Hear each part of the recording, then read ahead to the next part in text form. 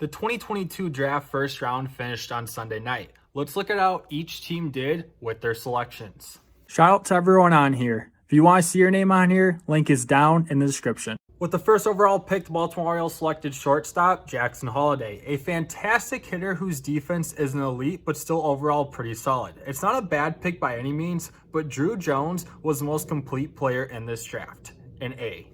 The Arizona Diamondbacks outfielder Drew Jones. Arizona keeps having elite players fall into their lap. Last year it was Jordan Lauer, and now it's the guy who's a complete package. An outfield of Lauer, Jones, and Thomas has to be making Diamondback fans drool. A+. The Texas Rangers selected pitcher Kumar Rocker. Here's a shocker. He was looked at as a borderline first rounder, so could say a reach for Texas at number 3. I still love Rocker's potential, and now he's back with his former teammate Jack Leiter. He's going to climb up the minors quickly and help the Rangers sooner rather than later. B. Pirates took second baseman Tamar Johnson. The Pirates do a lot of dumb stuff, but this isn't one of them. Some call him the best prep hitter in decades. To me, he's the best pure hitter in this draft. Their infield is shaping up with Cruz and Hayes, then Davis behind the plate. They could be a contender in a few years. A+. Nationals outfielder Elijah Green. Elite defensive center fielder who has blazing speed and a cannon of an arm. They're going to be losing Juan Soto, and their top outfield prospect isn't supposed to be up until 2027. The hitting will need to develop, and I don't believe his ceiling is as high as some guys taken after him. Marlins third baseman Jacob Berry. There are some talks he could have gone number 1. With 65 grade power, he has the power to hit it out anywhere at a pitcher's ballpark like Lone Depot Park. His defense isn't great, so he'll most likely be moved from third, but the Marlins got themselves another great bat. A. Cubs pitcher Cade Horton. Rocker might be considered a reach, but at least he's proved it for multiple seasons at Vandy and after the Mets didn't sign him. Horton missed all of 2021 with Tommy John, and his 2022 regular season ended with a near 8 ERA. Chicago put all their stock in his very impressive postseason run in 31 innings. Just a huge reach overall, D-. But I will say they made up for it in the second round by getting Jackson Ferris, which was a huge steal. Minnesota Twins selected shortstop Brooks Lee. He's the best college hitter in this draft, and his power has started to develop a lot also this past season, in 15 home runs in 58 games. Defense could be a little better, but the Twins have shown they can develop great defense. A.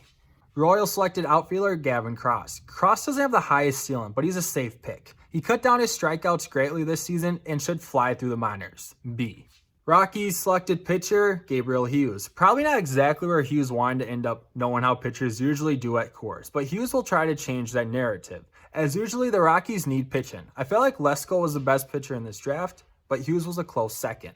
Mets selected catcher Kevin Parada. It's hard to find elite hitting catchers, but the Mets just found one. A lot of power while hitting for average, also decent speed for a catcher. His defense is questionable, and some scouts aren't sure he'll stick behind home plate. The bat is the best part of his game, and the Mets can't be too upset about that. A-. Tigers selected second baseman Jace Young. His defense will need some work, but his bat was too good to pass up if you're Detroit. He'll be a great bat to go on the right side of the infield with Spencer Torkelson. Just give him some time to develop. A-. Angels selected shortstop Zach Neto. I know you don't draft for need, but I would have loved to see Dylan Lesko. That was the best pitcher in the draft, and he fell into the Angels' lap. Looking at Neto, his bat is very impressive with solid defense. It's not Neto that I dislike. I actually like him a lot. It's just the Angels taking him that I dislike. C+. New York Mets shortstop Jet Williams. He'll need to hit the weights to get a little more power, but his bat rarely misses a ball. His arm isn't the greatest and might need to be moved to second base down the line in his career. He'll have plenty of time to develop as he's only 18 and his potential is high. A-. Padres selected pitcher Dylan Lesko. I've said it a couple times already, but Lesko was the best pitcher in the draft to me, and this was a steal for the Padres. He just had Tommy John surgery earlier this year, so it could be a while until we see him. The best changeup in the draft and a fastball that reaches the upper 90s gives him ace potential. A+. The Guardians selected outfielder Chase DeLauder. I love this pick when it was announced, and I love it even more now. Such a steal of a complete player. He's got a huge arm that can gun runners from center or the corners, and his bat is a middle of the order type. A+. Phillies selected outfielder Justin Crawford. He'll need to get stronger as he only has a 40 power grade, but that can come along. One of the fastest players in this draft and just an overall very athletic player, which shows very well in the outfield. The Phillies have developed some nice hitters, and Crawford should develop nicely in their system. A-. The Reds selected third baseman Cam Collier. This could end up being one of the biggest steals in the first round. Projected as a top 10 pick, he fell to number 18 with the Reds. Red fans won't see them for a while, but their left side of the infield in a few years with Collier and De La Cruz could be one of the best in the league. A+. Athletics selected catcher Daniel Susac. The A's certainly are not drafting for need, as they shouldn't, but their top 2 prospects are catchers, and Sean Murphy isn't bad himself. We'll see how that shakes out over the years. Oakland has to love what Susac brings to the table, being a good hitter and having a great arm to throw out runners behind the plate. B.